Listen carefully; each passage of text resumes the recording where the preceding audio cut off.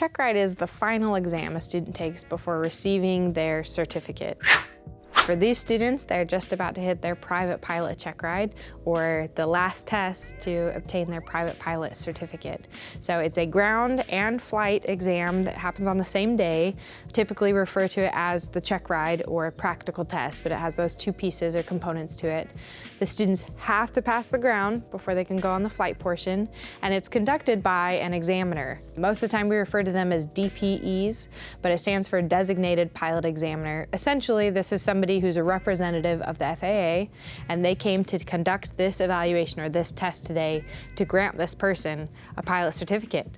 Obviously, I was very nervous. I felt like I wasn't ready for the check ride, but I really studied for the oral, and I studied like the maneuver guide and everything, just to feel like I'm more prepared. And also my friends helped me with that. So, I mean, leading up to it, I was very nervous, but I also knew that there's a way to calm my mind by, studying and feeling more prepared for that. Most people walk into the Private Pilot Checkride really nervous. I've taken over 100 check rides in my lifetime, and I still get nervous taking a check ride. So, one thing I really try and do is calm that student down when they walk in the door. And that's generally asking questions about them, stuff that's not necessarily check ride related. And really just trying to find some sort of a middle ground with that individual to make sure that they're really in a good headspace to take that check ride. Common ways students fail their Private Pilot Checkride typically come either on the ground or the flight, depending on which one the student has a strength or weakness in, if that makes sense. You'll have some students who are really strong on the ground, not so strong on the airplane. You have others who are not so strong on the ground knowledge, great in the airplane, right?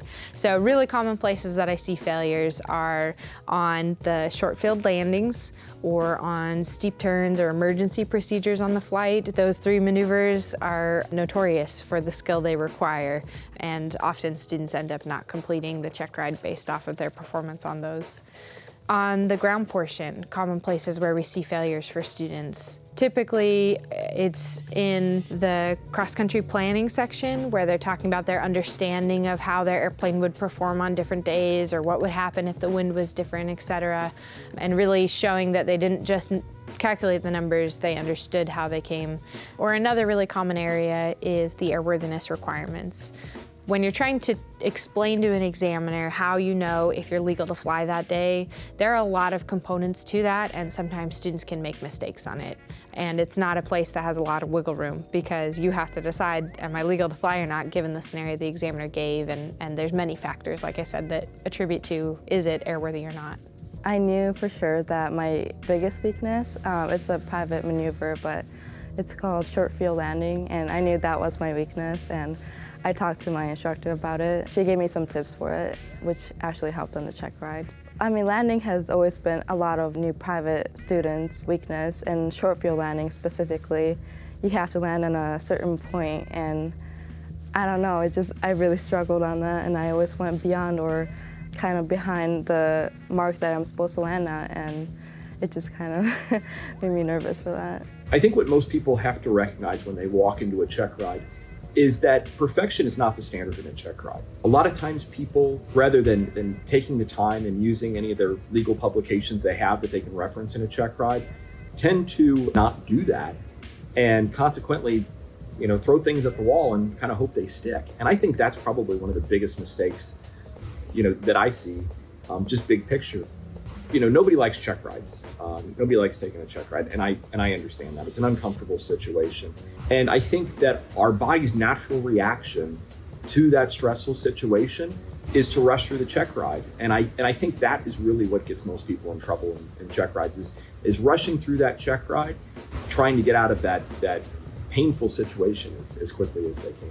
If you fail your Private Pilot Check Ride, what you're gonna have to do is get some retraining and then get retested or reevaluated by an examiner. It could be the same examiner or a different examiner on another day.